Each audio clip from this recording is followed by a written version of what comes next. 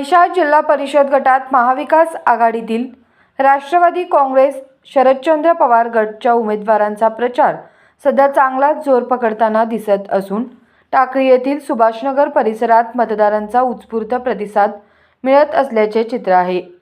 म्हैसाळ जिल्हा परिषद गटातील जिल्हा परिषद गटाच्या उमेदवार वर्षा सचिन कांबळे तसेच टाकळी पंचायत समिती गणाच्या उमेदवार रिदा सुलेमान मुजावर यांनी सुभाषनगर टाकळी परिसरात जोरदार प्रचार करत चांगलीच आघाडी घेतल्याचे दिसून आले।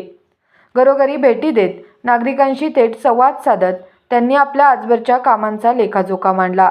विकास कामे, महिला सक्षमीकरण, मूलभूत सुविधा तसेच स्थानिक प्रश्नांवर ठोस भूमिका मांडत त्यांनी मतदारांचे लक्ष वेधून घेतले। या प्रचार फेरी दरम्यान राष्ट्रवादी काँग्रेस शरदचंद्र पवार गटच्या कार्यकर्त्यांनी मोठ्या संख्येने उपस्थित राहून प्रचारात उत्साह निर्माण केला।